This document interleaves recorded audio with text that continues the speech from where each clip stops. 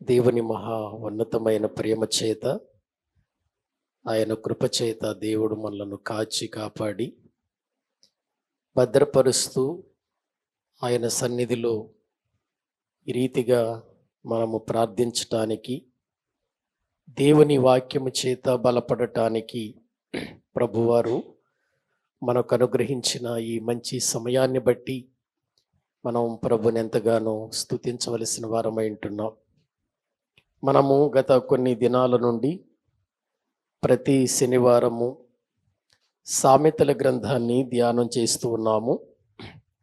సామెతల గ్రంథము 4వ అధ్యాయములో ఉన్నాం. మరి ఈరోజు 4వ అధ్యాయములో నుండి మరికొన్ని సంగతులు మనము నేర్చుకొనబోయే ముందు దేవుని సహాయాన్ని కోరుకుందాం, ప్రార్థన చేసుకుందాం. పరిశుద్ధుడు అయిన మా ప్రియ పరలోకపు తండ్రి, మీ ఘనమైన శ్రేష్టమైన ఉన్నతమైన నామానికి స్తోత్రాలు చెల్లిస్తూ ఉన్నాం. తండ్రి, ఈ రాత్రి సమయమందు మీ సన్నిధిలో కూడినటువంటి మేమందరము నీ మాటలు వినటానికి నీ మందిరములో కూర్చున్నాము. మీరు మాతో మాట్లాడండి తండ్రి. నీ మాటల ద్వారా మమ్మలను బలపరచండి. నీ వాక్యాన్ని విని వెళ్ళిపోయే వారముగా కాకుండా, నీ వాక్యాన్ని విని వాటి ప్రకారము నడుచుకొని మేమందరము కూడా నిత్య జీవాన్ని సంపాదించుకునే వారిగా మమ్మలను సిద్ధపరచండి. వాక్యాన్ని బోధిస్తున్న నేనైనా, వాక్యాన్ని వింటున్న నీ ప్రజలైనా, మేమందరము వాక్యము దృష్టిలో ఒక్కటిగానే నడుచుకోవాలి. నీ వాక్యానుసారమైన జీవితముతో నీకు మహిమ తేవాలి. నిత్య జీవాన్ని మేము సంపాదించుకోవలసిన వారమై ఉంటున్నాము గనుక భయభక్తులతో మీ వాక్యాన్ని వినుటకు తగిన గ్రహింపు శక్తిని, వినికిడి కలిగినటువంటి జీవితాన్ని మీరు మాకు పెట్టమని ప్రార్థిస్తున్నాం. నిర్లక్ష్యముగా కాకుండా ఆసక్తితో దేవుని వాక్యం మీద మనసు పెట్టి వాక్యాన్ని విని వాక్య ప్రణాళికలో మేము బ్రతుకుటకు సహాయము చేయండి. బోధిస్తున్న నాకు పరిశుద్ధాత్మ సహాయము నడిపింపునిచ్చి నీ కృపలో బలపరిచి వాడుకోమని ప్రార్థన చేస్తూ మా ప్రభు, మా రక్షకుడు, మీ ప్రియకుమారుడైన యేసుక్రీస్తు ప్రభు పేరట ప్రార్థించి వేడుకుంటున్నాము తండ్రి. ఆమేన్. ప్రభునందు ప్రియమైనటువంటి దేవుని బిడ్డలారా, దైవ గ్రంథంలో మనము సామెతల గ్రంథాన్ని ధ్యానం చేస్తున్నాం. సామెతలు గ్రంథము అనగానే మనకు జ్ఞాపకం వచ్చే వ్యక్తి ఎవరంటే సొలొమోను. సొలొమోను అనగానే యోధా రాజులలో జ్ఞానాన్ని సంపాదించుకొని దేవుని దృష్టిలో ఐశ్వర్యము ఘనతలను సంపాదించుకొని భూమి మీద ఎన్నో ప్రశంసలు అందుకున్నటువంటి వాడిగా మనము దైవ గ్రంథంలో చూస్తున్నాం. ఇటువంటి జ్ఞాని, ఒక రాజు, ఒక అధికారము కలిగిన వాడు దేవుని సంగతులను తన మనసులో పెట్టుకొని వ్రాస్తున్న ఈ జ్ఞానముతో కూడినటువంటి మాటలను మనం ధ్యానిస్తూ ఉన్నాం. ప్రియులారా, ఎప్పుడైనా దేవుని మాట మనల్ని బలపరచాలి తప్ప దేవుని మాట మనము బలహీనులుగా మారేటట్టుగా మన జీవితాలను మనం మలుచుకోకూడదు. నేను వాక్యము వినాలి, బలవంతుణ్ణి కావాలి, దేవునిలో ఎదగాలి, దేవుని కొరకు బ్రతకాలి, పరిశుద్ధత కలిగిన జీవితంతో ప్రభు కొరకు జీవించాలి అనే ఆసక్తి మనలో పుట్టాలి తప్ప ఏదో వచ్చాం, విన్నాం, వెళ్ళిపోతున్నాము అన్నట్లుగా ఉంటే దాని వలన మనము భక్తిహీనతలోనికి వెళతాము తప్ప భక్తివంతులుగా మనము మారలేము. ఎందుకంటే ఈనాడు చాలామంది క్రైస్తవుల జీవితాలను మనము చూస్తున్నప్పుడు చాలామంది వాక్యం వింటారు కానీ వాక్యములో బలవంతులు కాలేరు, శక్తిమంతులు కాలేరు. భక్తి విషయంలో ఎదగవలసిన వారు భక్తిలో బలహీనులైపోతూ ఉంటారు. భక్తిలో ఎప్పుడు మనము బలహీనులమైపోతామో మనము భక్తిహీనులుగా పిలువబడవలసి వస్తుంది. భక్తిలో ఎదగాలి తప్ప భక్తిలో హీనులము కాకూడదు, బలహీనులము కాకూడదు. వాక్యము బలమైనదైనప్పుడు, బలవంతుడైన దేవుడు మన దేవుడైనప్పుడు మనము ఈ లోకములో బలవంతులము కావాలి వాక్యాన్ని విని తప్ప బలహీనులము కాకూడదు, భక్తిహీనులము కాకూడదు. భక్తి ఎదగాలి, భక్తిలో పెరగాలి. పెరుగుతూ ఉన్నప్పుడే ప్రియులారా ఆ వ్యక్తి యొక్క ఆత్మీయ జీవితములో దేవుని కొరకు నిలబడగలుగుతాడు, స్థిరత్వము కలిగి ఉండగలుగుతాడు. భక్తి జీవితములో బలహీనుడుగా ఉండి వాక్యం విషయంలో నిర్లక్ష్యంగా ఉండి వాక్యాన్ని విని విననట్లుగా మనము బ్రతికితే మన యొక్క ఆత్మీయ జీవితములో ఎన్నటికీ మనము బలవంతులము కాలేము అనే విషయాన్ని నేను మీకు తెలియచేస్తూ ఉన్నాను. ఎందుకంటే భక్తిహీనతలోనికి దిగజారే కొలది మనలో ఎన్నో లోపాలు బయటకు పడుతూ ఉంటాయి, బయటకు వస్తూ ఉంటాయి. భక్తిలో పెరిగే కొలది లోపాలు దిద్దుకొని ఒక స్థిరమైనటువంటి ఆత్మీయ జీవితం మనం కలిగి ఉంటాం. పడిపోకుండా పవిత్రతతో పరిశుద్ధమైన జీవితముతో దేవుణ్ణి కొనియాడతాం. అదే దేవుని ఉద్దేశం. ఎందుకు వాక్యం దగ్గరకు రావాలి? మనం శనివారం కాబట్టి రావాలా? ఆదివారం కాబట్టి వాక్యం వినాలా? బుధవారం కాబట్టి వాక్యం వినాలా? కాదు. వాక్యము విని దేవుని కొరకు బలవంతులుగా బ్రతకటానికి వాక్యం వినాలి. తినాలి కాబట్టి తింటామా భోజనం? లేకపోతే తినటం వలన శరీరానికి శక్తి వస్తుందని తింటామా? ఏవండి, తినాలి కాబట్టి తిందామంటారా? భోజనం మన శరీరానికి భోజనం అవసరం కదా. తినాలి కాబట్టి తిందాం అనుకుంటామా? తినటం వలన మనకు శక్తి రావాలనుకుంటామా? ఎందుకు తింటామండి? శక్తి రావటానికి తింటాం, బలవంతులము కావటానికి ఆహారము తింటాం. తినాలి కాబట్టి తిన్నాం అని అనుకోండి, అది అరగదు, శరీరానికి అది పని చెయ్యదు. కాబట్టి ఒక ఆసక్తి అనేది మన జీవితంలోనికి రావాలి. దైవ గ్రంథములోనికి మనం వెళితే సామెతల గ్రంథము 4వ అధ్యాయం ఒకసారి లేఖనాలు తెరచి మనము చూద్దాం.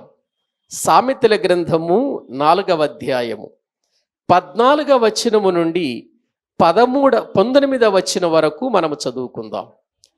సామెతల గ్రంథము 4వ అధ్యాయము 14వ వచనము నుండి 19వ వచనం వరకు వాక్యములో నుండి మనము చదువుకుందామండి. భక్తిహీనుల త్రోవను చేరకుము, దుష్టుల మార్గమున నడువకుము, దాని యందు ప్రవేశింపక తప్పించుకొని తిరుగుము, దాని నుండి తొలగి సాగిపోమ్ము. అట్టివారు కీడు చేయనిది నిద్రింపరు, ఎదుటి వారిని పడద్రోయనిది వారికి నిద్ర రాదు. కీడు చేత దొరికిన దానిని వారు భుజింతురు, బలత్కారము చేత దొరికిన ద్రాక్షరసమును త్రాగుదురు. పట్టపగలు వరకు వేకు వెలుగు తేజరిల్లునట్లు నీతిమంతుల మార్గము అంతకంతకు తేజరిల్లును. భక్తిహీనుల మార్గము గాఢాంధకారమయము, తాము దేని మీద పడునది వారికి తెలియదు. చాలండి ప్రియులారా, జ్ఞాని అయినటువంటి సొలొమోను వ్రాస్తున్నటువంటి ఈ మాటలలో ఉన్నటువంటి పరమార్థాన్ని మనం తెలుసుకోవాలి. ఇప్పటి వరకు మనం ఈ 4వ అధ్యాయములో ఎన్నో సంగతులు మనము నేర్చుకున్నాం, ఎన్నో విషయాలు మనము నేర్చుకున్నాం. ఇక్కడ వ్రాయబడినటువంటి మాటలను గనుక మనము ఆలోచిస్తే భక్తిహీనుల త్రోవను చేరకుము అని అన్నాడు, దుష్టుల మార్గమున నడువకుము అని అన్నాడు. ప్రియులారా, ఈ మాటలు మీరు బాగా ఆలోచించండి. భక్తిహీనులు అనే మాటను గురించి ఎన్నోసార్లు మనం వింటున్నాం, ఎన్నోసార్లు ఆ మాటలు మనము చదువుతున్నాం. భక్తిహీనుల త్రోవను చేరకుము అని ఇక్కడ వ్రాయబడటానికి కారణం ఏంటి?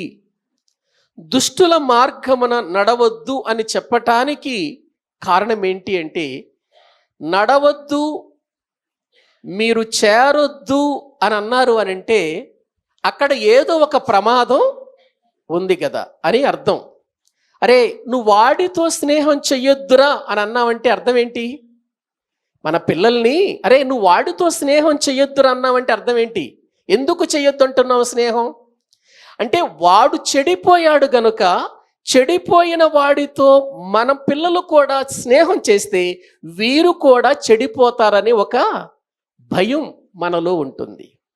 అరే నువ్వు వాడితో స్నేహం చేయొద్దు, వాడితో మాట్లాడవద్దు, వాడితో నువ్వు జాగ్రత్తగా ఉండాలి అని మనం చెబుతున్నామంటే జాగ్రత్త పడకపోతే వాడి వలన వీడికి కూడా ప్రమాదం ఉంటుందనే కదా అర్థం. అదే ఇక్కడ మనం గుర్తించాలి. భక్తిహీనుల త్రోవను చేరొద్దు అని దేవుని వాక్యం చెబుతుందంటే చేరితే ప్రమాదం ఉందనే కదా. ఏవండి, భక్తిహీనుల యొక్క త్రోవలోనికి వెళితే ప్రమాదం ఉందనే కదా అర్థం. అందుకే చేరవద్దు, నీవు ఆ మార్గమున లేక ఆ భక్తిహీనుల యొక్క త్రోవను చేరవద్దు అన్నాడు. ఎందుకు చేరవద్దు అని అన్నాడు అంటే ఆ భక్తిహీనుడితో స్నేహం చేస్తే నువ్వు కూడా భక్తిహీనుడివే అయిపోతావు. భక్తిహీనుడితో స్నేహం చేస్తే నువ్వు కూడా భక్తిహీనుడు అయిపోతావు. ఆ భక్తిహీనత మనల్ని ఎక్కడికి తీసుకెళ్తుంది అని అంటే 19వ వచనం చదవండి, చదువుకున్న మాటలు. భక్తిహీనుల మార్గము గాఢాంధకారమయము అన్నాడు. గాఢాంధకారమయం.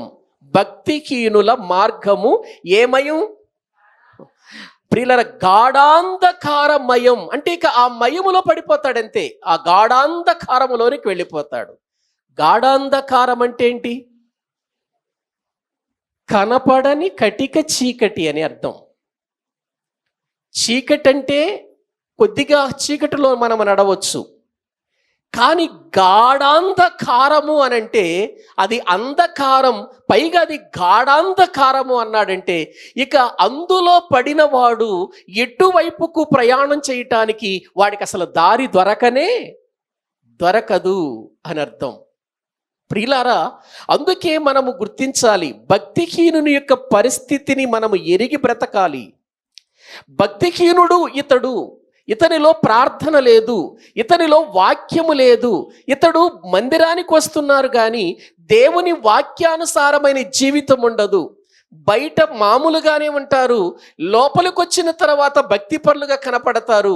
వీళ్ళు చాలా ప్రమాదం, వీళ్ళతో స్నేహం చెయ్యొద్దు, వీళ్ళతో చేరవద్దు అని చెబుతున్నాడు అని అంటే అది ఎంత గాఢాంధకారమయమో మనము ఆలోచించాలి. ప్రియులారా, దేవుని వాక్యాన్ని మనము పరిశీలన చేస్తే ప్రియులారా, భక్తిహీనత అనేది ఒక మనిషిని గాఢాంధకారమయం చేస్తుంది. ఇక ఆ గాఢాంధకారములోనికి వెళ్ళిన వ్యక్తులు బయటికి రావటం చాలా కష్టము అని అన్నాడు. ప్రియులారా, మరొక విషయాన్ని మీరు చూస్తే అసలు దేవునికి ఈ భక్తిహీనుల యొక్క మార్గం అంటే అసలు ఇష్టం ఉండదండి దేవునికి. 15వ అధ్యాయము సామెతల గ్రంథం 9వ వచనం చదవండి ప్రియులారా.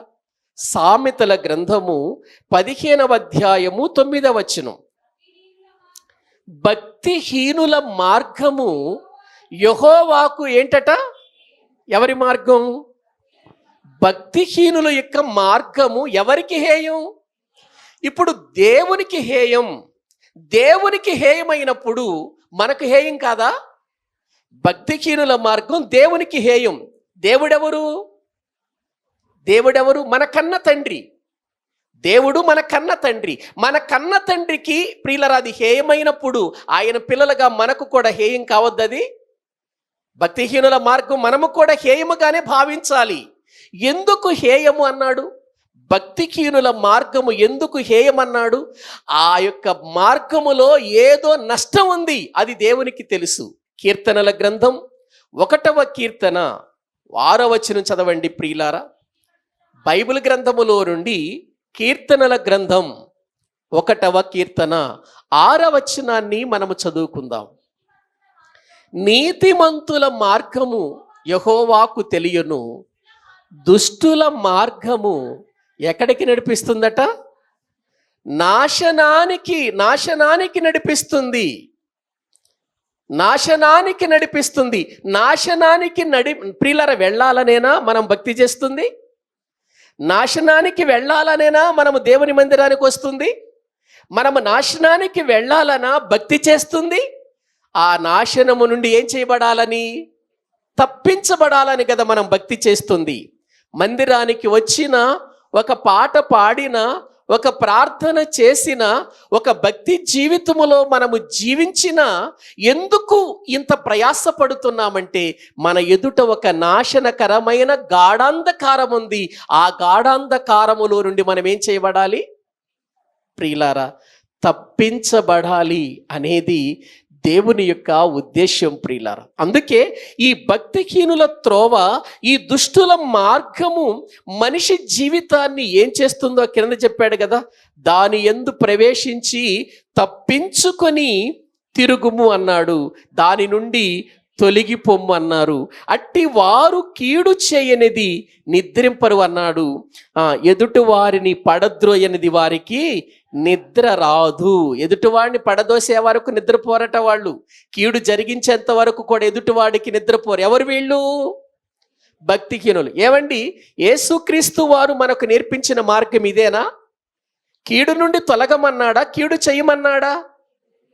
ఏమండి, అక్కడ వాక్యంలో మనము చూస్తే కీడు చేయనిది నిద్రించరట. ఎదుటివాడికి కీడు చేయకుండా వాళ్ళు నిద్రపోరట. ఎవరు? భక్తిహీనులు, దుష్టులు, దేవుని మార్గముని విడిచి తిరిగేవారు. ఎంత ఘోరమైన పరిస్థితి ఒక భక్తిహీనతలో ఉందో మనము ఎరగాలి ప్రియులారా.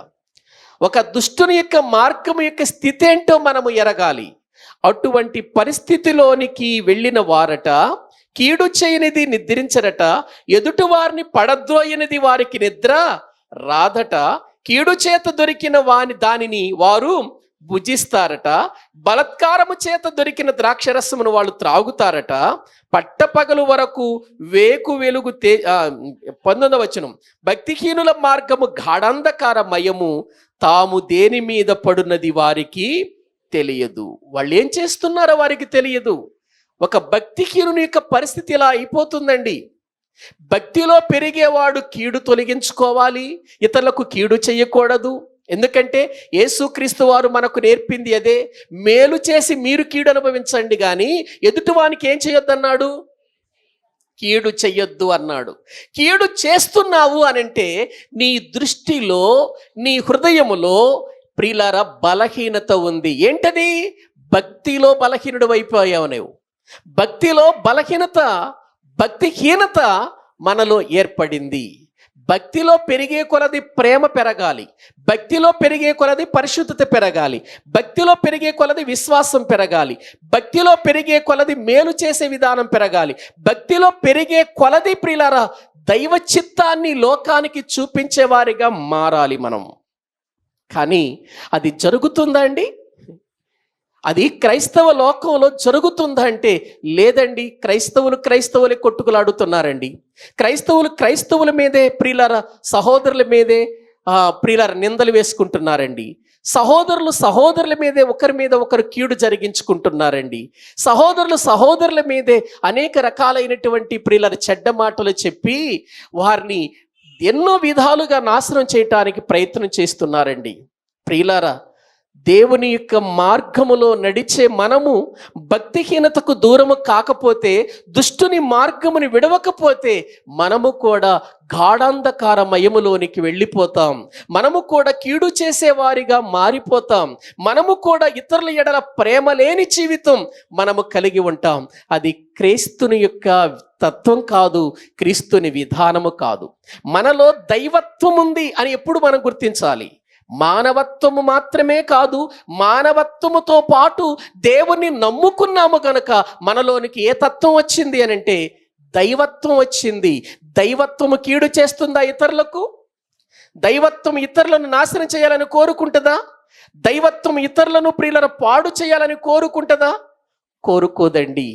ప్రియులారా, ఇంత వాక్యము వింటూ కూడా మనము ఆ స్థితికి వెళ్ళిపోతున్నామంటే ఒక్కటే మనకు ఆనవాలు, మనము భక్తిహీనతలో ఉన్నాము అని తెలుసుకోవాలి. ఆ పరిస్థితి వస్తుందంటే ఒక్కసారి ఇటువంటి గుంపును నేను బైబిల్ గ్రంథములో ప్రియులారా కొంతమందిని చూపిస్తాను రండి. దైవ గ్రంథములో మనము జ్ఞాపకము చేసుకున్నట్లయితే ప్రియులారా, యూదా పత్రిక 1వ అధ్యాయం, ఒకే అధ్యాయం ఉంటుంది చూడండి. ఒక్కసారి అక్కడ వ్రాయబడినటువంటి విషయాలను మనము ఆలోచన చేద్దామండి. యూదాపత్రిక 1వ అధ్యాయము, యూదాపత్రిక 1వ అధ్యాయము, ప్రకటన గ్రంథానికి ముందున్నటువంటి పుస్తకం, ఒకే అధ్యాయం ఉంటుంది. అక్కడ వ్రాయబడినటువంటి మాటలను మనము కొన్ని చూద్దామండి.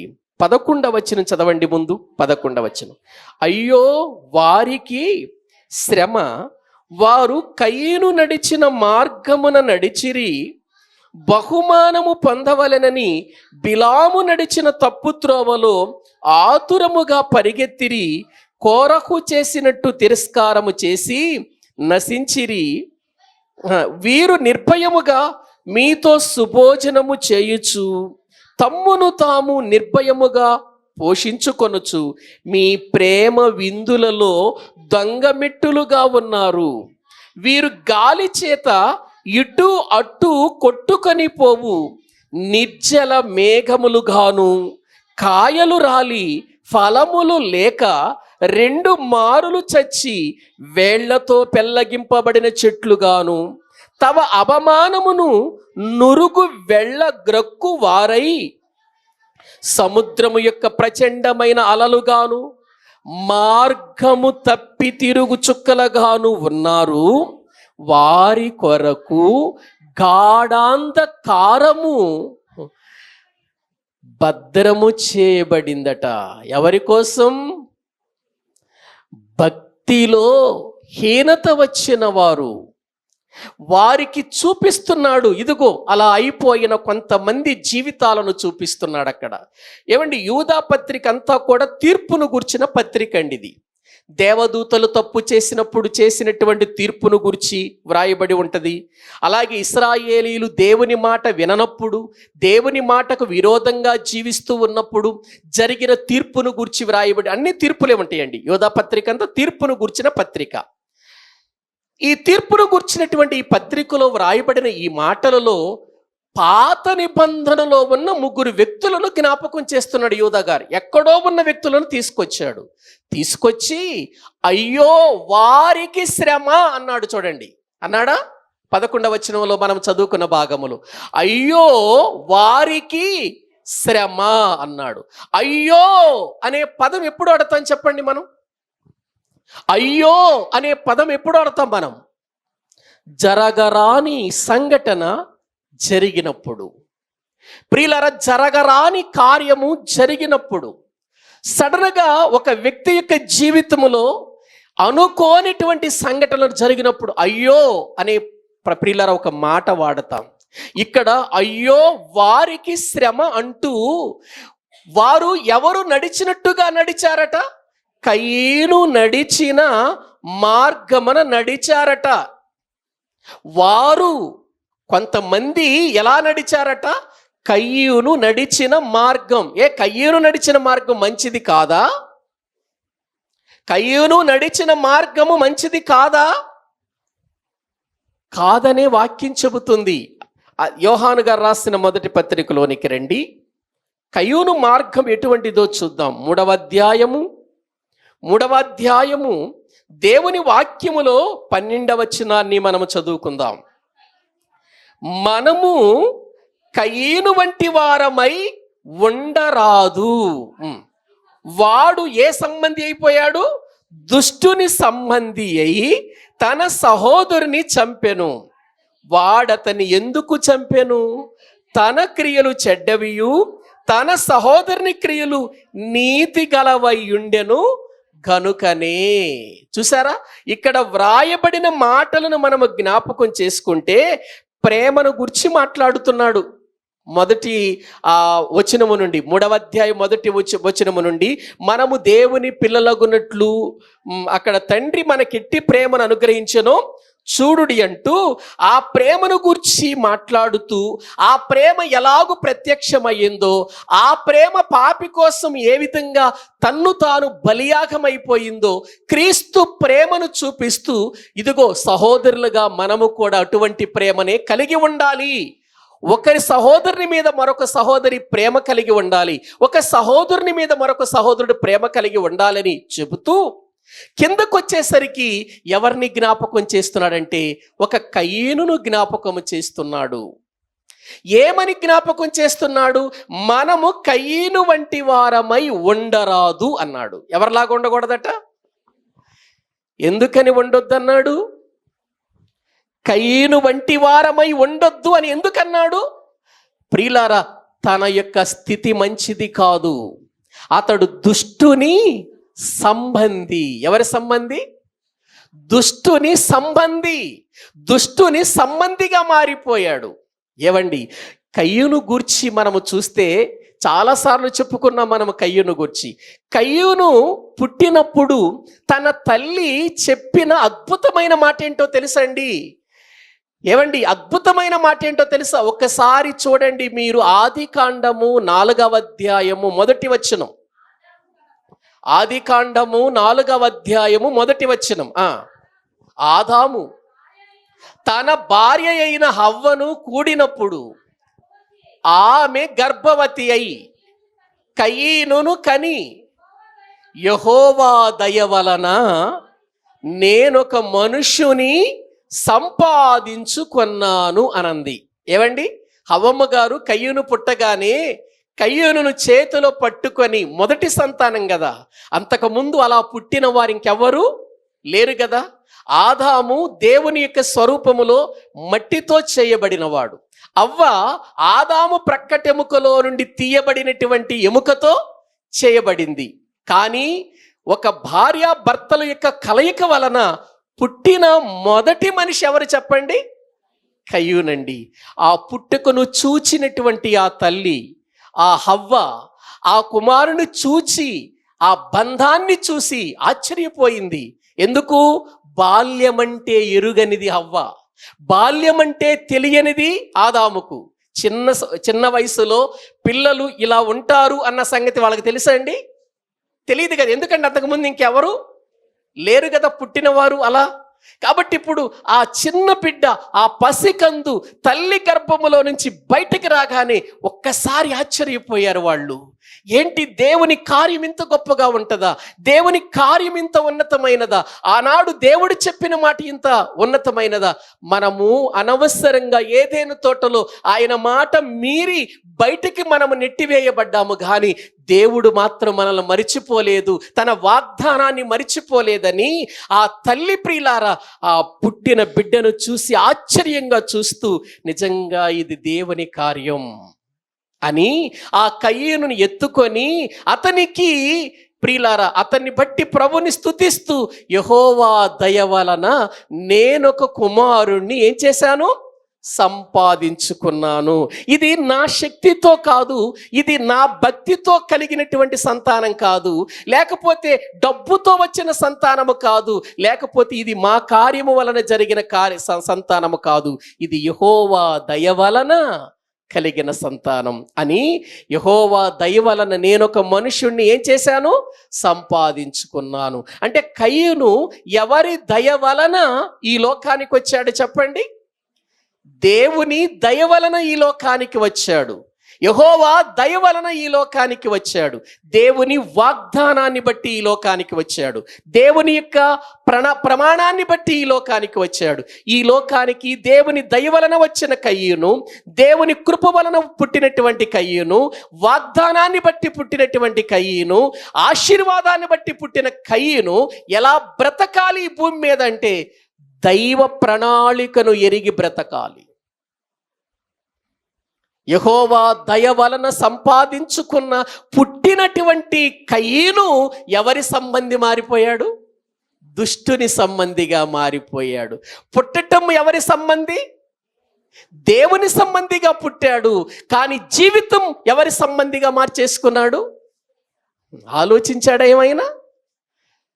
అరే, నా జీవితానికి ఆధారము ఈ భూమి మీద ఏది కాదు, నా తల్లిదండ్రులు కాదు, లేకపోతే ఈ లోకములో మరొకటి కాదు, నేను ఈ భూమి మీదకు రావటానికి కారకుడు దేవుడే అని ఎరిగిన కయ్యూను ప్రియులారా కొంతకాలము వరకు చక్కగా మంచిగా దేవుని సన్నిధిలో బ్రతికినటువంటి వాడే కానీ ఒక దినాన అర్పణ అంగీకరించనందువలన అతడు ప్రియులారా కోపము తెచ్చుకొని జీవితములో ప్రియులారా లేనిపోయినవన్నీ కూడా ఆలోచించుకొని చాలా భయంకరమైన వ్యక్తిగా మారిపోవటానికి కారణం ఏంటంటే అతడు పుట్టింది దేవుని దయ వలనే కానీ సంబంధం ఎవరితో పెట్టుకున్నాడు? అపవాదితో పెట్టుకున్నాడు. ఏమండి, అపవాదితో సంబంధం పెట్టుకున్నందువలననే కదా అవ్వమ్మ ప్రియులారా ఆదాము అవ్వమ్మలు బయటికి ఏం చేయబడ్డారు? ఏదేను తోటలో నుంచి బయటికి నెట్టివేయబడింది. ఎందుకు? దేవుని మాట వినక ఎవరితో సంబంధం పెట్టుకున్నందుకు?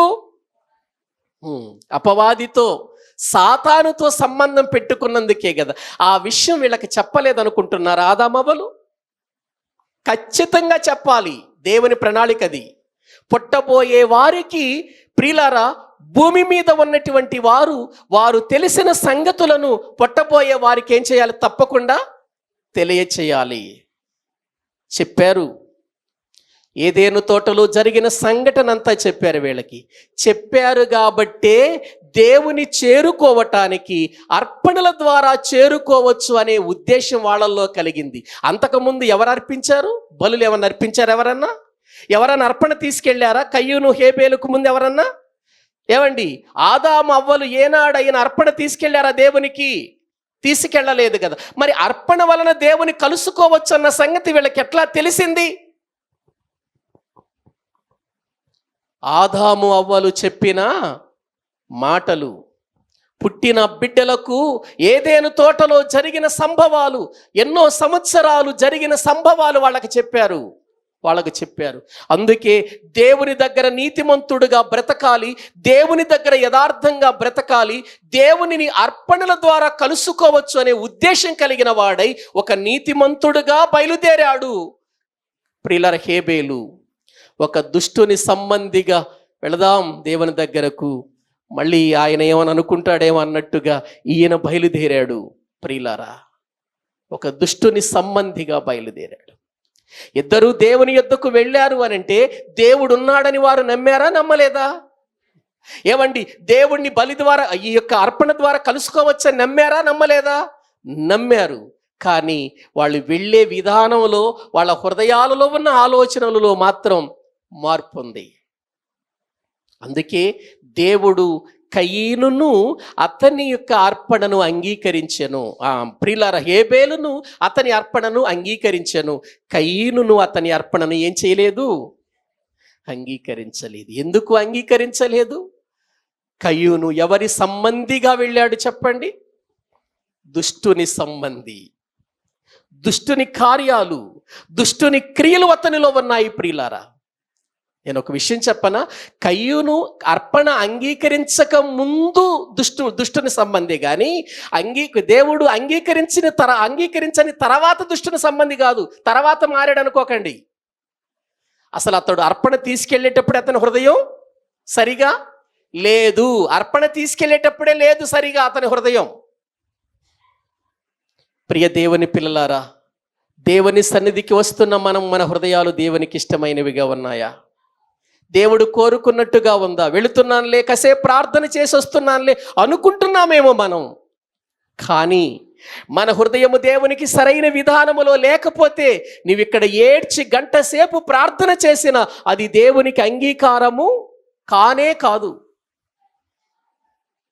నువ్వు ఒక దుష్టుని ఆలోచనలతో, దుష్టుని తలంపులతో, దుష్టుని ఉద్దేశాలతో ఇక్కడకు వచ్చి కొద్దిసేపు నేను కూడా ప్రార్థన చేసుకుంటే ఏదైనా జరిగిద్ది అనుకుంటే అది జరగదు. ఎందుకు జరగదు? దుష్టుని సంబంధిగా ఉండి దేవుని సన్నిధికి వచ్చి నువ్వు ప్రార్థన చేస్తే ఆయన నీకు ఎలా చేస్తాడు కార్యం? నిన్ను ఎలా అంగీకరిస్తాడు? ఆయన అంగీకరించడు కదా. అందుకే మనము కయీను వంటి వారమై ఉండరాదు. వాడు దుష్టుని సంబంధి అయి తన సహోదరుని ఏం చేశాడు? చంపేశాడండి. ఏమండి, మొట్టమొదటిగా పుట్టిన కయ్యూను నిజంగా అతని తర్వాత వచ్చినటువంటి హేబేలుని ఎంత ప్రేమించాలో తెలుసా అండి? ఎందుకంటే ఈనాడు ఉన్నటువంటి విధానం కాదు కదా ఆనాడు ఉన్నది. ప్రియులారా, ఆలోచించండి. మనం చిన్నపిల్లలు చూస్తూ ఉంటాం. ఎప్పుడైనా చిన్నపిల్లలు వారికి తమ్ముడో చెల్లో ఉన్నప్పుడు వాళ్ళని ఏదైనా అంటే వీళ్ళు ఒప్పుకుంటారండి? ఒప్పుకోరు. అప్పుడప్పుడు మనం మీ తమ్ముడిని తీసుకెళ్ళిపోతున్నాం, మీ చెల్లిని తీసుకెళ్ళిపోతున్నాం అని అన్నయ్యతో అక్కయ్యతో అన్నాం అనుకోండి, వాళ్ళు ఏం చేస్తారు చెప్పండి? ఏడుస్తారు. వాళ్ళకేం తెలుసు? వాళ్ళకేం తెలుసని ఏడ్చారు? ప్రేమ ఉంది అందులో. ఏముంది చెప్పండి? బంధం ఉంది, రక్త సంబంధం ఉంది అందులో. ఇతడు నా తమ్ముడు, నా తమ్ముడు నాతోనే ఉండాలి, మాతోనే ఉండాలి, మా తమ్ముడిని మరొకడిని తీసుకెళ్ళకూడదని ప్రియులారా, చిన్నపిల్లైనా అక్కకున్న బంధం అటువంటిది. అంత బంధము కలిగి బ్రతకవలసిన వాడు లోకములో ప్రజలే లేనప్పుడు, లోకములే జనులే లేనప్పుడు, లోకములో ఇంకా వారు మాత్రమే ఉన్నప్పుడు ఆ తమ్ముడిని ఎంత ప్రేమతో చూసుకోవాలండి కయ్యను?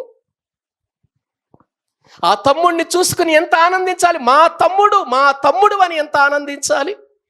కానీ అతన్ని చంపేయటానికి ఆలోచన వచ్చింది అని అంటే, అతన్ని చంపటానికి ఆలోచన కలిగింది అని అంటే, ప్రేమ ఏమాత్రమైనా ఉందా కయ్యంలో? లేదండి. ఎందుకు లేదు? ప్రేమ దేవుని వలన పుట్టింది. పగ, ద్వేషం, కక్ష, అసూయ ఇవన్నీ అపవాది నుండి పుట్టాయి. అపవాది సంబంధి కాబట్టి అతనిలో పగ పెంచుకున్నాడు కానీ ప్రేమ పెంచుకోలేదు. హేబేలు దేవుని ప్రేమ కలిగిన వాడు కనుక అతడు ప్రేమే పెంచుకున్నాడు. చావటానికైనా ఇష్టపడ్డాడు కానీ తన అన్న మీద తిరుగుబాటు చేసి చంపేద్దామని అతడు ఆలోచన చెయ్యలేదు. అందుకే కయీను వంటి వారమై ఉండరాదు. వాడు దుష్టుని సంబంధి అయి తన సహోదరుని చంపెను. ఎందుకు చంపాడు? తన క్రియలు చెడ్డవి, తన క్రియలు చెడ్డవి. అందుకే కయీను నడిచిన మార్గమున వారు నడిచారు. అయ్యో వారికి శ్రమ అన్నాడు. ఇక ఆ తర్వాత చూపించిన మరొక వ్యక్తి ఎవరంటే ప్రవక్త అయిన బిలాము. ఎవరండి ఆయన? మళ్ళీ చదవండి, ఆ వచనం మళ్ళీ చదవండి. యూదాపత్రిక 11వ వచనాన్ని చదువుకుందాం. అయ్యో వారికి శ్రమ, వారు కయీను నడిచిన మార్గమున నడిచిరి, బహుమానము పొందవలెనని బిలాము నడిచిన ఏ త్రోవ? ఎవరు నడిచిన? బిలాము ఎవరు? ఇశ్రాయేలీల ప్రవక్త కాదులేండి, ఇశ్రాయేలీల ప్రవక్త కాదు అతడు ఇశ్రాయేలీలు ప్రియులర ప్రయాణంలో ఉన్నప్పుడు మోయాబు మైదానానికి వచ్చినప్పుడు ఆ సమయంలో ప్రియులారా బిలాము ఒక ప్రవక్తను పంపిస్తాడు. అప్పటికి అతడు ఇశ్రాయేలీల ప్రవక్త కాకపోయినా అతడు ప్రియులారా కొంచెం దేవుడంటే భయము కలిగినటువంటి వాడు.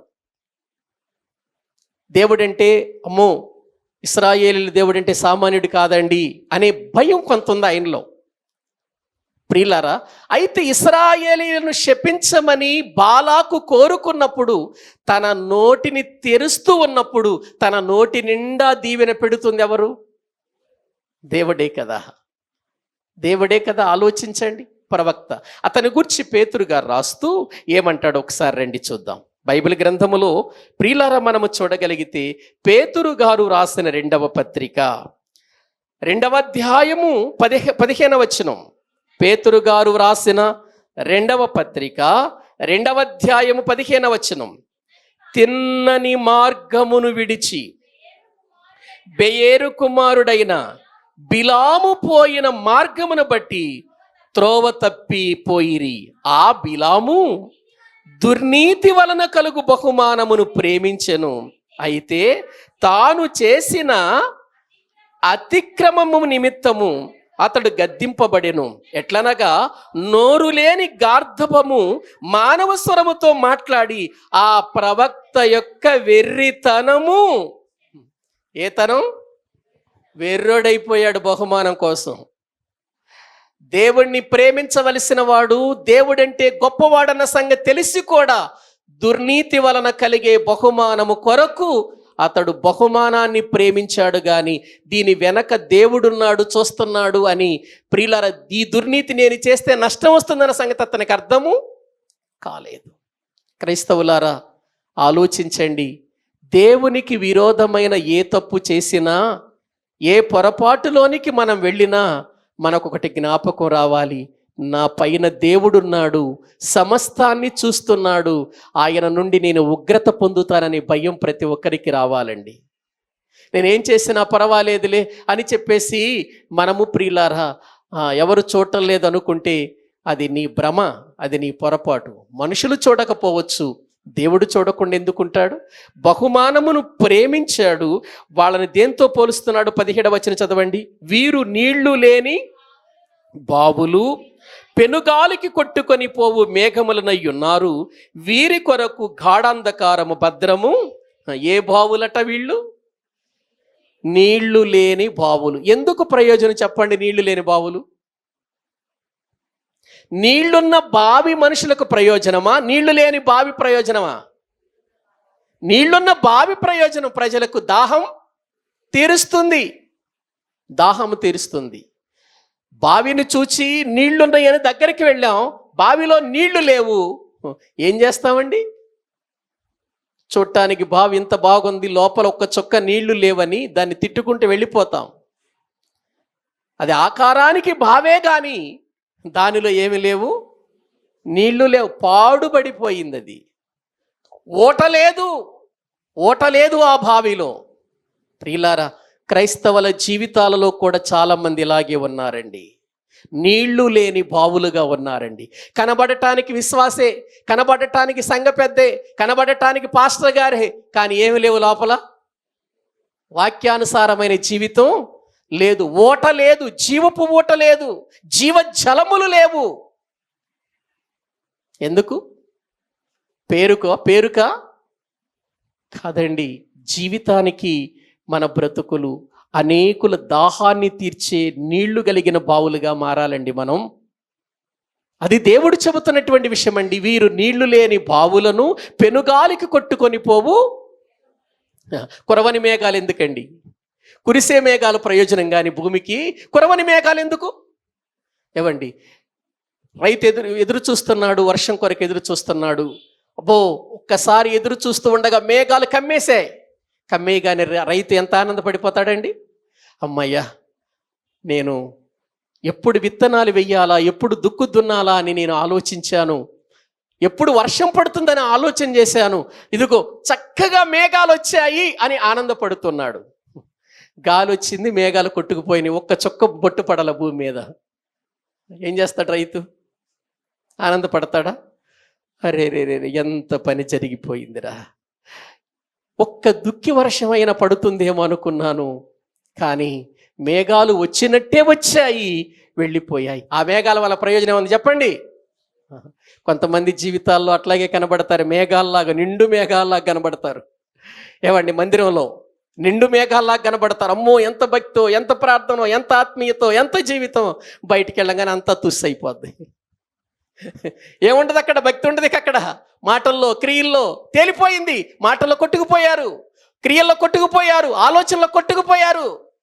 నీళ్లు లేని బావులు ప్రియులారా, కురవని మేఘము ప్రియులారా, భూమి మీద పడకపోతే భూమి పంట ఫలిస్తుందా? ఫలించదు కదా.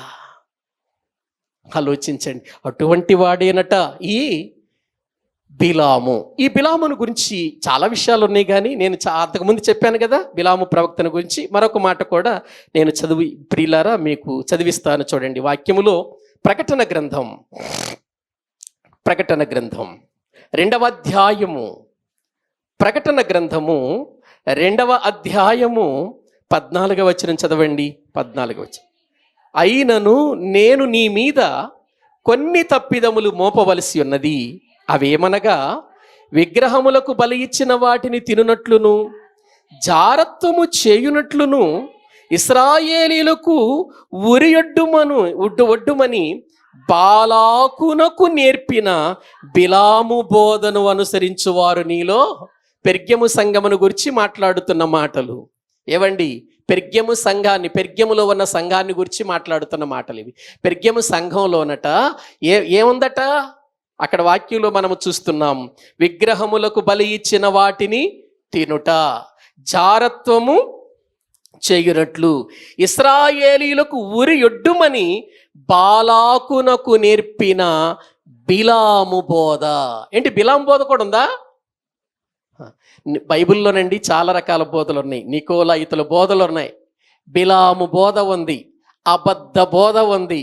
ఏవండి ఆలోచించండి. సత్య బోధ ఉంది, హితబోధ ఉంది, ఎన్నో బోధలు ఉన్నాయి. ఈ రోజున హితబోధ కంటే, సత్యబోధ కంటే సంఘాలలో వినపడుతున్న బోధలు ఏంటో తెలుసా? నికోలాయితుల బోధలు, బిలాము బోధలు, ఇటువంటివే వినబడుతున్నాయి. ఇవే ప్రజలకు బాగున్నాయి, ఆకర్షణగా ఉన్నాయి. చేసేవాళ్ళు కూడా అసలు నేను చేసే బోధ ఎటువంటిదని కూడా ఆలోచించట్లా. ప్రియులారా, ఇవి పైకి మాత్రమే ఉపయోగకరంగా కనబడతాయి, మెచ్చుకునేటట్టుగా కనబడతాయి, కానీ అవి హృదయాలకు ఉపయోగము లేని బోధలండివి, నిత్య జీవానికి సిద్ధపరచని బోధలండివి. అందుకే అయ్యో వారికి శ్రమ, వారు కయీను నడిచిన మార్గమున నడిచిరి, బిలాము దుర్నీతి వలన కలుగు బహుమానము నిమిత్తమై. ప్రియులారా, ఎవరి యొక్క ఆలోచన, ఎవరి యొక్క మార్గములో నడిచిరి? తప్పు త్రోవలో, బిలాము యొక్క తప్పు త్రోవలో నడిచారు. బిలాము ప్రవక్తే కానీ త్రోవ మాత్రం సరైంది కాదు. ఎందుకు వీళ్ళ గురించి నేను చెబుతున్నానంటే, వీళ్ళంతా భక్తిహీనులు. భక్తిహీనుల చెంత ప్రియులారా చేరొద్దు అని ఎందుకు అన్నాడంటే, భక్తిహీనుల త్రోవను చేరొద్దు అని ఎందుకు అన్నాడంటే, ఇదిగో భక్తిహీనుల యొక్క విధానాలు ఇలా ఉంటాయి. అయ్యో వారికి శ్రమంటూ ప్రియులారా మొదటి మనుషుడైన కయ్యనును చూపించాడు. అంటే మొదటి మనుషుడు అంటే మొదటి దంపతులకు పుట్టిన మొదటి మనుషుడు.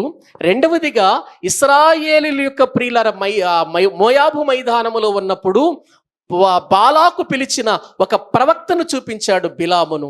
తర్వాత దేవుని సంఘములోనే ఉంటూ, దేవుని సమాజములోనే ఉంటూ, దేవుని సమాజానికి అడ్డుకట్ట వేసి లేనిపోయిన మాటలు చెప్పి సంఘాన్ని చీల్చిన కోరహు గురించి చెప్పాడు. కోరహు చేసినట్టు తిరస్కారము చేసిరి. కోరహు ఎవరు? ఇశ్రాయేలీయుడు కాదా? ఏమండి, మోషే సమాజములో ఉన్నవాడు కాదా? సంఖ్యాకాండం 16వ అధ్యాయం అంతా మీరు ఇంటికి వెళ్ళిన తర్వాత చదువుకోండి, ఇప్పుడు కాదులేండి. వాక్యం వింటున్న ప్రియులారా, మనం ఆలోచించాలి. దేవుని సమాజములో ఉన్నవాడు కాదా? ప్రజలందరితో పాటు నడుస్తున్నవాడు కాదా? దేవుని యొక్క దాసుడైనటువంటి మోషే నాయకత్వములో అతడు కూడా ప్రియులారా వస్తున్నవాడు కాదా? తన కళ్ళ ముందు ఎర్ర సముద్రం 2 పాయలు చేయటం చూశాడే, మారా దగ్గర మధురంగా మార్చిన ఆ నీటిని చూచాడే దైవజనుడైన మోషే. వారు ప్రార్థించగా బండ నుండి నీళ్లు తెప్పించటం చూశాడే. ఇంత గొప్ప దైవజనుడు తన ముందుండి నడిపిస్తుంటే, మాకు మంచి దైవజనుడు దొరికాడు, మమ్మల్ని ఆత్మీయ స్థితిలో మంచిగా పెంచుతున్నాడు, మమ్మల్ని కనానుకు తీసుకుని వెళ్ళేటువంటి మార్గాన్ని చూపిస్తున్నాడని ఆనందపడకపోగా కొంతమందిని పోగు చేసేసాడు. రండిరా, మోషేతో నేను దేవుడు మాట్లాడేది, మనతో మాట్లాడడా? రండి, మనమంతా మోషేకు తిరుగుబాటు చేద్దాం. మోషే మీద చేశాడు. ఎందుకంటే అండి, మనిషి మంచి కంటే చెడును తొందరగా కోరుకుంటాడు. నేను ఒకే విషయం చెబుతున్నాను ప్రియులారా, ఒక సంఘ నాయకుడు నీ కొరకు యథార్థంగా ప్రార్థిస్తున్నప్పుడు, వాక్యాన్ని చెబుతున్నప్పుడు, బుద్ధి చెబుతున్నప్పుడు, ఎప్పుడైనా నిన్ను ఖండించినప్పుడు, తప్పు దిద్దినప్పుడు సరిచేసుకోవటం నేర్చుకో. దైవజనుడి మీద కోపం పెట్టుకోవటం నేర్చుకోవద్దు, అది మనకే నష్టం. దైవజనుడు నేను గద్దించినప్పుడు దిద్దుకో, దైవజనుడు నేను హెచ్చరిక చేసినప్పుడు హెచ్చరిక తీసుకో, మంచిది. అది ఒక ఆత్మీయుడు చేసే పని. అంతేగాని ఏంట్రా అలా అన్నాడేంట్రా, ఇలా అన్నాడేంట్రా, నన్ను ఇలా మాట్లాడాడేంట్రా అనకూడదు. ఎందుకో తెలుసా? దైవజనుడు అంటే దేవుని చేత సంఘాన్ని నడిపించటానికి ఏర్పాటు చేయబడిన, నియమించబడినటువంటి వాడు. అతని పక్షాన దేవుడు ఉంటాడు. ప్రియులారా ఆలోచించండి. అందరిని పోగు చేశాడండి, పోగు చేసి గుంపుని ఏర్పాటు చేశాడండి. కోరాహు ఒక గుంపుని ఏర్పాటు చేశాడు. వీళ్ళంతా మోషే మీద తిరుగు. పాపం ఆయన ఏం చేస్తాడు? మోషే ఒకటే, ప్రజలు ఎంత తిరుగుబాటు చేసినా ఆయన వెళ్ళిపోయి మోకరించి ప్రార్థన చేయటం తప్ప ఇంకా ఆయనకి ఏమీ తెలియదు. మనం కూడా తిరుగుబాటు చేద్దామే, మనం కూడా వాళ్ళు తిట్టినట్టుగా తిడదామే అనుకుని దైవజనుడు కూడా ఉన్నాడు అనుకో, అతడు దైవజనుడు అవుతాడా? ప్రియులారా, మోకరించి ఏంటి ప్రభువా ఇక్కడి వరకు నడిపించావు. కానీ ఈ సమయంలో కోరహు తిరుగుబాటు చేశాడు. అప్పుడు దేవుడు మోషేతో అన్నాడు, మోషే, కోరహు, దాతాను, అబీరాము వీళ్ళంతా నీ మీద తిరుగుబాటు చేసిన గుంపు కదా, వీళ్ళందరినీ ఒక్కసారి దేవుని సన్నిధికి, దేవుని మందిరానికి నడిపించు, తీసుకురా, రమ్మని చెప్పు. అక్కడ వాళ్ళకి విషయం చెబుదామంటే కబురు పంపిస్తే అన్నాడు, నేను రాను. ఒకసారి ఆ వచనం చదివిస్తాను చూడండి మీకు. దేవుని వాక్యములో నుండి సంఖ్యాకాండము.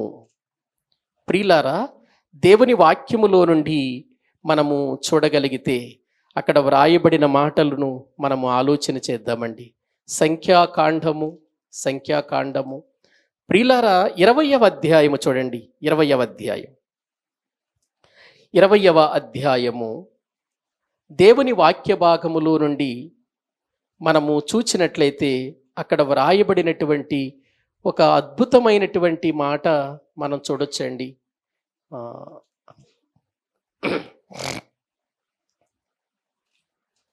దేవుని మాటలను మనము గ్రహించినట్లయితే అక్కడ ప్రియులారా వ్రాయబడినటువంటి ఒక సంఘటన మనము ఒకసారి చూద్దామండి. దేవుని వాక్య భాగములు మనము చూస్తే 16వ అధ్యాయము, క్షమించండి, 16వ అధ్యాయంలోనికి రండి.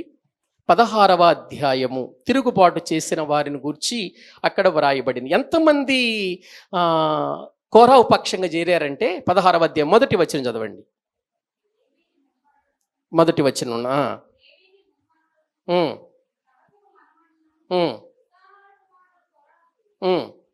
రూబేనీలలో ఎలియాబు కుమారులైన దాతాను, అబీరాములను, ఫెలేతు కుమారుడైన ఓనును యోచించుకొని ఇశ్రాయేలీలలో పేరు పొందిన సభికులను, సమాజ ప్రధానులైన 250 మందితో మోషేకు ఎదురుగా లేచి, మోషే అహరోనులకు విరోధముగా పోగుబడి, మీతో మాకిక ఎవరితో పని లేదట,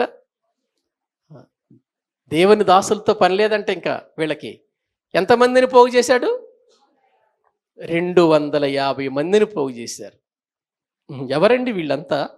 ఇంతవరకు నడిపించి, ఇంతవరకు ప్రార్థించి, ఇంతవరకు వాళ్ళ జీవితాలలో ఏది లేకపోయినా ప్రార్థించిన దైవజనులను మరిచిపోయినటువంటి ప్రియులారా, వీళ్ళు విశ్వాసఘాతుకులండి వీళ్ళు.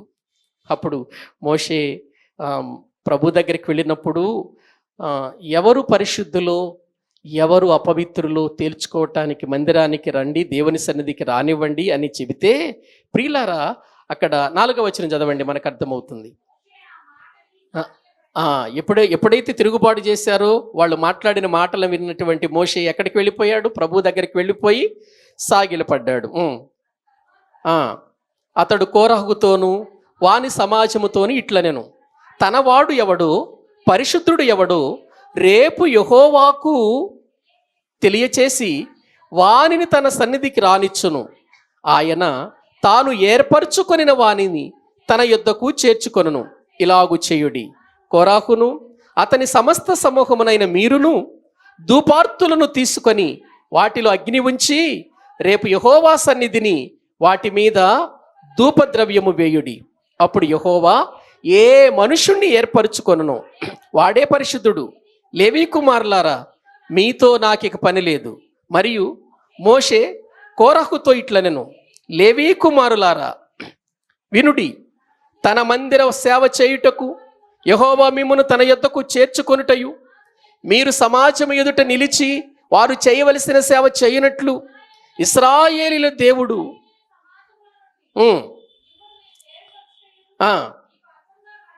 కనబడునా? ఆయన నిన్నును నీతో లేవీలైన నీ గోత్రపు వారినందరినీ చేర్చుకొనును గదా. మీరు యాజకత్వము కూడా కోరుచున్నారు. ఇందు నిమిత్తము నీవును నీ సమస్త సమాజమును యెహోవాకు విరోధముగా పోగయ్యున్నారు. అహరోను ఎవడు, అతనికి విరోధముగా మీరు సణుగ నేల అనెను. అప్పుడు మోషే ఎలియాబు కుమారులైన దాతాను, అబీరాములను పిలువనంపించెను. అయితే వాళ్ళంటున్న మాట చూడండి, వాళ్ళని పిలిపిస్తుంటే వాళ్ళు ఏమంటున్నారు చూడండి, 13వ వచనం, మేము రాము, ఈ అరణ్యములో మమ్మను చంపవలెనని పాలు తేనెలు ప్రవహించు దేశములో నుండి మమ్మను తీసుకొని వచ్చుట చాలనట్టు మా మీద ప్రభుత్వము చేయుటకు నీకు అధికారము. రెండయ్యా, ఎందుకు గొడవలెందుకు? దేవుని సన్నిధిలో మనం తెలుసుకుందాం. దేవుడు ఎవరిని ఏర్పాటు చేసుకున్నాడో, ఎవరిని ఎన్నుకున్నాడో, ఎవడు పరిశుద్ధుడో, ఎవరు దేవునికి ఇష్టడో దేవుని మందిరంలో తెలుసుకుందాం రండి, దేవుని సన్నిధికి వెళదాం రండి, ఇదంతా ఎందుకు, ప్రార్థన చేద్దాం రండి, దేవుడే తెలియజేస్తాడు అంటే వాళ్ళు ఏమంటున్నారు? మేము రాము అంటే ఏంటంటే తల బిరుసు గది ఇది. మేము రాము. ఎక్కడికి రారట? ఏమన్నా మోషే తన ఇంటికి రమ్మన్నాడా, లేకపోతే తన యొక్క గుడారములోనికి రమ్మన్నాడా? ఎక్కడికి రమ్మన్నాడు?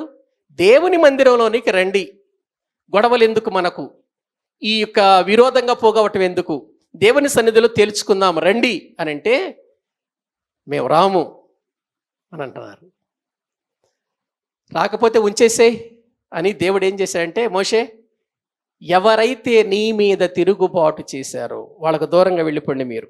మోషే అక్కడికి అడుగుతున్నాడు, ప్రభువా వద్దయ్యా, వారిని నాశనం చెయ్యొద్దయ్యా, వాళ్ళు తప్పు దిద్దుకుంటారు అని అడుగుతున్నాడు. కాదు మోషే, నువ్వు ప్రక్కకొచ్చాయి, నీ వారంతా, నీ పక్షమున చేరిన వారంతా పక్కకొచ్చాయి. వాళ్ళ పక్షాన ఒక పక్క, అతని పక్షాన ఉన్న వాళ్ళంతా ఒక పక్షాన ఉంచు అన్నాడు. ఎప్పుడైతే కోరహు గుంపు ఒక పక్షానకు వచ్చిందో వారున్న స్థలములు దేవుడు భూమి నెరవిడుచున్నట్లు చేశాడంతే. భూకంపం వచ్చింది అక్కడ, వాళ్ళున్న స్థలములోనే. వెంటనే మీరింటికి వెళ్ళిన తర్వాత చదువుకుంటే అధ్యాయం అంతా, వెంటనే ఆ లోపలికి దిగిపోయారండి వాళ్ళంతా, సజీవ సమాధి అయిపోయారు. ఎవరి గుంపు? కోరహు గుంపు. ఎందుకు? తిరస్కారము చేసినందున. అయ్యో వారికి శ్రమ. అవకాశాలు ఇచ్చిన అవకాశాలను ఏం చేసుకోలేదు, వాళ్ళు సద్వినియోగం చేసుకోలేరు. ప్రజల మధ్యలోనే ఉన్నారు, సంఘం మధ్యలోనే ఉన్నారు, మోషే చెప్పిన మాటలే వింటున్నారు, దేవుని మాటలు వింటున్నారు, దేవుని సంగతులు వింటున్నారు. కానీ భక్తిలో ఎదిగారా, హీనులయ్యారా? వీళ్ళు ఎవరయ్యారండి? ఏమయ్యారండి? హీనులయ్యారు. ఎదుటి వారిని చంపటానికి కానీ, దైవజనుడి మీద తిరుగుబాటు చేయటానికి కానీ ఏమన్నా వీళ్ళ జీవితాల్లో ప్రియులారా ఆలోచన ఏమన్నా కలిగి మనం ఎందుకు దేవుని సేవకుల మీద తిరుగుబాటు చేయాలి? ఐగుప్తు దేశంలో నుండి ఎన్నో బాధలు పడుతూ మనల్ని విడిపించాడు, మన కోసం ప్రార్థించాడు, మన కోసం కన్నీరు కార్చాడు. అటువంటి దైవజనుడి మీద మనం తిరుగుబాటు చేయాలని కోరహు లేచిన కోరహు యొక్క ప్రియులారా గుంపంతా అనొద్దు. నేను ఒక విషయం చెప్పనా? కోరహు కుమారులు మోషే పక్షానికి వచ్చారు, కానీ కోరహు మాటలు విన్నవారు మాత్రం రాలేదు. కోరహు కుమారులు వచ్చారు ఎవరి పక్షానికి? మా తండ్రి మాట సరైంది కాదు, మా తండ్రి మంచి విధానంలో లేడు, మా తండ్రి దేవుని విధానంలో లేడు, దైవజనుని ప్రేమించే విధానంలో లేడు, దేవుని ప్రేమించే విధానంలో లేదు, మేము మోషే పక్షానికి వస్తామని వచ్చేసారు వాళ్ళు. కీర్తనల గ్రంథంలో కోరహు కుమారుల కీర్తనలు ఉంటాయి. ఎవరు రాసిన కీర్తనలు అవి? ఈ కోరహు యొక్క కొడుకులు రాసిన కీర్తనలు అవి. కొడుకులు తండ్రి తప్పు చేస్తుంటే తండ్రికి ప్రియులారా జోడుగా వెళ్ళలేదు, కానీ మా తండ్రి చేస్తుంది తప్పు అని విడిచిపెట్టి వాళ్ళు ఎక్కడికి వచ్చేసారు చెప్పండి? మోషే పక్షానికి వచ్చారు. వాళ్ళు ఎంతగా దీవించబడ్డారు లేఖనాల్లో చూస్తే మనకు అర్థమవుతుంది. ప్రియులారా వీళ్ళంతా భక్తిహీనులు. అందుకే భక్తిహీనుల త్రోవ చేరకుము అన్నాడు. అంటే ఇప్పుడు చెప్పండి, భక్తిహీనుల యొక్క త్రోవలో ఎంత ప్రమాదం ఉంది? ఏమండి, ఎంత ప్రమాదం ఉంది? నీళ్లు లేని బావులు. కనబడటానికి బావులుగా కనబడతారు వీళ్ళు, కానీ ఏముండవు అందులో? నీళ్లుండవు. ప్రియుల కనబడటానికి కురిసే మేఘాలుగా కనబడతారు, కానీ అది గాలికి ఏమైపోతుంది? కొట్టుకొని పోతాయి. ప్రియులార మార్గము తప్పే చుక్కలు అన్నాడు. ఎక్కడ? యోధా పత్రికలో. మార్గము తప్పే చుక్కలు. ఈ చుక్కలు మార్గము తప్పి తిరుగుతాయి, కానీ మార్గంలో నడవవివి. అవి ప్రియుల 2 సార్లు చచ్చి పెళ్ళగింపబడిన చెట్లు వలె ఉన్నారు. ఒకసారి మొద్దు నరికారు, అయినా దానికి ప్రియులారా మళ్ళీ మొలకొచ్చింది, అయినా దాని స్వభావం మారలేదు. ఆ తర్వాత మళ్ళీ 2వసారి దాన్ని వేళ్ళతో సహా తీసేశారు. 2 సార్లు చచ్చిపోయింది, ఎందుకంటే దాని వలన ప్రయోజనం లేదు. వీరి కొరకు గాఢాంధకారము. మనం కూడా భక్తిహీనులమై ఆ గాఢాంధకారములోనికి వెళదామా? మనం కూడా భక్తిహీనులమై ఆ భయంకరమైన స్థితికి వెళ్ళిపోదామా? ప్రియులారా ఆలోచించండి. సొలొమోను రాస్తున్నటువంటి ఈ భాగములు మళ్ళీ ఒక్కసారి ఆ వచనాలు చదువుకుని ప్రార్థన చేసుకుందాం రండి. కీర్తన ప్రియులార సామెతల గ్రంథం 4వ అధ్యాయము 14వ వచనము నుండి 19వ వచనం వరకు నేను చదువుతాను. ప్రియులార మీరు చూడండి. భక్తిహీనుల త్రోవను చేరకుము, దుష్టుల మార్గమున నడువకుము, దాని యందు ప్రవేశింపక తప్పించుకొని తిరుగుము, దాని నుండి తొలగి సాగిపోమ్ము. అట్టివారు కీడు చేయనిది నిద్రింపరు, ఎదుటివారిని పడద్రోయనిది వారికి నిద్ర రాదు. కీడు చేత దొరికిన దానిని వారు భుజింతురు, బలత్కారము చేత దొరికిన ద్రాక్షరసమును త్రాగుదురు. పట్టపగలు వరకు వేకువ వెలుగు తేజరిల్లునట్లు నీతిమంతుల మార్గమంతకంతకు తేజరిల్లును, భక్తిహీనుల మార్గము గాఢాంధకారమయము, తాము దేని మీద పడున్నది వారికి. ప్రియులారా, భక్తిహీనుల మార్గములు ఉంటే ఇప్పుడే బయటకు వచ్చేసే. అవి ఉపయోగము లేని బావులవి. నీకెందుకు ఉపయోగం ఉండరు? లోక సంబంధంగా ఒకవేళ నీకు ఉపయోగంగా ఉండొచ్చేమో కానీ ఆత్మ సంబంధంగా వారి వలన నీకు ప్రయోజనం ఉండదు. మనకు కావలసింది ఆత్మ సంబంధమైన ప్రయోజనం అండి. భూమి మీద ఏ మనుషుణ్ణి నమ్ముకున్నా ఆ సహాయం వ్యర్థమేనన్నాడు. మనుషులు నమ్మొద్దు అన్నాడు దేవుడు. వాళ్ళ సహాయం వ్యర్థం అన్నాడు. మనం నమ్మితే ఎవరు నమ్మాలి చెప్పండి? మనకు సమస్తాన్ని ధారాళముగా దయచేసే దేవుణ్ణి మాత్రమే నమ్మాలి. మనుషులు మోసగాళ్ళు. మనుషులు భక్తిగా కనబడతారు కానీ హీనత వాళ్ళల్లో కనబడుతుంది. ఆ హీనత చూచి మనము ప్రేమించకూడదు. ప్రియులారా, గ్రహించండి. ఈ దినాన్న ఒకవేళ మనము కోరహు గుంపులో ఉన్నామా, బిలాము గుంపులో ఉన్నామా, కయ్యూను గుంపులో ఉన్నామా? వీరు గాఢాంధకారము వీరి కొరకు నిరంతరము నిలవ చేయబడి ఉంది. అదే స్థితిలోనికి మనం వెళదామా? లేక భక్తిహీనతకు వేరై దుష్టుల మార్గమునకు దూరమై నీతిమంతుల మార్గములోనికి వెళ్ళి ప్రియులార వేకువ చుక్క తెల్లవార్లు ఎలా వెలుగుతూ ఉంటుందో అలా వెలిగించబడిన జనాంగంగా మనం బ్రతుకుదామా? ఒక్కసారి ఆలోచించి మంచి నిర్ణయంతో ప్రభువులో ముందుకు కొనసాగుదాం. తలలు వంచండి, ప్రార్థన చేసుకుందాం. తలలు వంచండి, ప్రార్థన చేసుకుందాం. తలలు వంచండి, ప్రార్థన చేసుకుందాము అంటే నిద్రపోవటానికి కాదండి. మంచి స్థలం చూసుకొని ఆనుకోవటానికి కాదండి. భారముతో బాధ్యతతో ప్రార్థన చేయటానికండి. ప్రభువా, నీళ్లు లేని బావిగా నేనున్నానేమో తండ్రి, కొరవని మేఘములాగా గాలికి కొట్టుకొని పోయే మేఘాల వలె నేనున్నానేమో, దారి తప్పి తిరుగుచున్న చుక్క వలె ఉన్నానేమో, నేను 2 సార్లు చచ్చి పెళ్ళగింపబడినటువంటి చెట్టు వలె, ఫలములు లేని చెట్టు వలె ఉన్నానేమో నాయన. ఇదంతా భక్తిహీనతకు సాదృశ్యం కదా నాయన. నా జీవితంలో భక్తిహీనత తీసివేయి నాయన. భక్తి కలిగిన వానిగా, భక్తి గల దానిగా నన్ను చేయి ప్రభువా. భక్తిహీనులతో నా సహవాసం ఉందేమో, వారి త్రోవలో నేను నడుస్తున్నానేమో, దుష్టుల మార్గములో నేను నడుస్తున్నానేమో నాయన.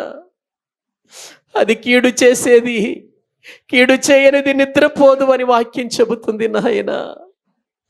బలత్కారము చేత ద్రాక్షరసము త్రాగుతుందని నాయన, వారు ఇతరులకు కీడు చేయనిది నిద్రపోరు అని వాక్యంలో చూస్తున్నాం. భక్తిహీనుల మార్గము గాఢాంధకారమయము అని, అది దేని మీద పడుతుందో దానికే తెలియదని ఈ వాక్యంలో చూస్తున్నామయ్యా. తండ్రి, నీ సన్నిధికి వచ్చానయ్యా. ఒక నీళ్లు లేని బావిగా వచ్చానయ్యా. నేను త్రవ్వుకుంటానయ్యా, పాతదంతా త్రవ్వుకుంటానయ్యా. మళ్ళీ తిరిగి ఊట, జీవజలములు వచ్చే ఊటగా మారుతానయ్యా. మళ్ళీ నీళ్లు కలిగిన బావిగా నేను మారుతానయ్యా. లేకపోతే నాకు ప్రమాదం ఉందని వాక్యం చెబుతుంది అని మనమందరము కూడా కొన్ని నిమిషాలు ప్రార్థన చేద్దామండి. అందరము కూడానండి, అందరము కూడా నోరు తెరచి ప్రభు పాదాలు పట్టుకొని ప్రభు సహాయాన్ని కోరుకుందాం.